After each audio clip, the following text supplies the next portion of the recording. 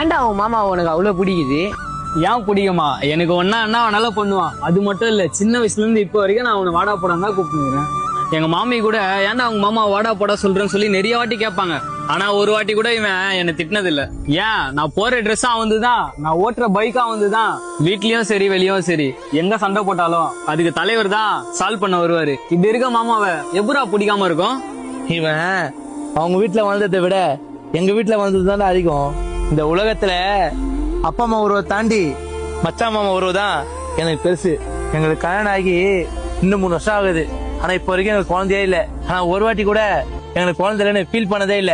ஏன்னா இந்த நாய் எங்களுக்கு குழந்தை இல்லாத குறைய தெரியாத மாதிரி ஹாப்பியா வச்சுப்பான். மச்சான், எதுக்காகவும் யாருக்காகவும் உங்க உறவை விட்டு கொடுக்காதீங்கடா. சாவர வரைக்கும் இந்த மாமா மத்த உறவை யாருனாலையும் பிரிக்க முடியாதுடா.